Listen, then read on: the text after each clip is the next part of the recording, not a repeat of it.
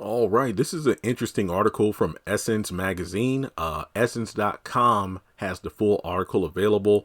I will leave a link in the comment section below. Honestly, I thought this was the wrong article. I'm like, wait a minute, there's a picture of Deval, but it's like at the height of his stardom in the 80s and 90s, MJ held the whole world in a chokehold. And it says from screen star to king of pop, Deval Ellis and his iconic inspiration. I had to double take like, oh, duh, MJ was an inspiration for him. Also, side note, I've had MJ on the mind with my recent viewing of the Netflix documentary, The Greatest Night in Pop, which was about We Are the World. I've been listening to some MJ music. Then they released a photo from behind the scenes of Jafar Jackson looking very similar to his uncle Michael during like the Dangerous era for the documentary next year. I like that. Or the biopic next year. Okay, sorry about the segue, but yeah, just wanted to say this article definitely stuck out. In the mid 2000s, platforms like Facebook, Vine, remember Vine, and YouTube gained popularity. In turn, users began casually documenting snippets of their lives, showcasing their talents and sharing humorous moments. In the era of social media, we couldn't ignore the fact that we had a platforms where we could share, fun videos, have fun, and connect with each other out of sheer enjoyment. So we skip over to the Ellises. Basically, this paragraph talks about, the birth of the Ellises YouTube channel, the fact that Kadeen and Deval came up with the idea to create this channel based around their marriage, their four boys, and, show things like the different dynamics of the family, the hilarious vlogs, and the impeccable style. I mean, yeah, the Ellises know how to dress. So from there, the followers are included in their daily lives. The content played the background at work, gym, and cleaning the house. Today, millions of followers extend support to these two over their individual pursuits. Keep in mind, Kadeen and Deval have built like an empire. What started as a family vlog has become an empire. Some debate the effects on both sides of such, parasocial relationships, but those of us born pre-social media know that this type of fandom is nothing new. 80s babies and 90s babies spent hours immersed in music videos, memorizing choreography, rehearsing dance moves, and reciting the rhythms of our favorite rappers. We anticipated the airing of our weekly sitcoms, recycling the funniest punchlines at school the next day. Magazine clippings of our celebrity obsessions lined our bedroom walls, and an elder millennial himself, Deval, understands as well as anyone, ain't nothing changed but the medium. That makes a lot of sense. I remember on the Breakfast Club when the Ellises did an interview and they talked about how, a lot of people were like, I don't know. It's like putting your relationship out there and you're open because, we all grew up like what happens at home stays at home. It's not really meant for public consumption. So I think it's interesting that the Ellises were able to find like a balance between what they show of themselves to the world versus what they're able to keep behind closed doors in terms of if there's like an issue within the family, it isn't brought to the public eye. They kind of know how to shut off the social media. And I think that DJ Envy was getting flack online because I think his wife went on like a vacation with her girls for an extended amount of time. And people were like, he ain't no man of the house. His wife is able to just go out like that.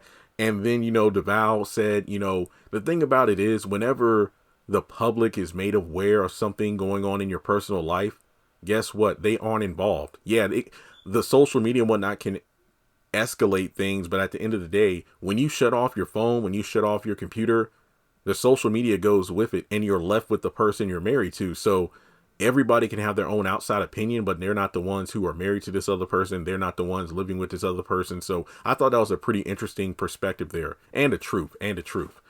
Okay. As part of our Black History Month series spotlighting today's top influencers and their Black History inspirations, Essence reached out to Deval, and when asked who he admired the most back in the day, it was no surprise when he revealed Michael Jackson as his childhood idol.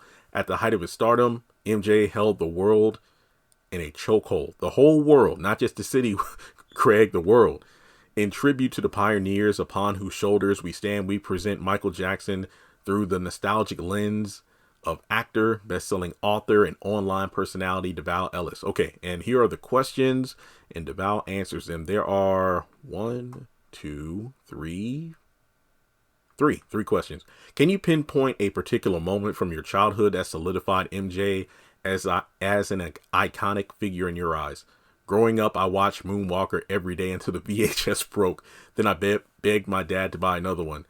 February 2nd, 1992, I remember staying up late to watch the premiere of Remember the Time. Yeah, back in the day, it's like, music videos. My mom would tell me like when Thriller came out and whatnot, MTV and everything, they had this big event. So it's like you had to catch it when it came on live because there was no YouTube or anything.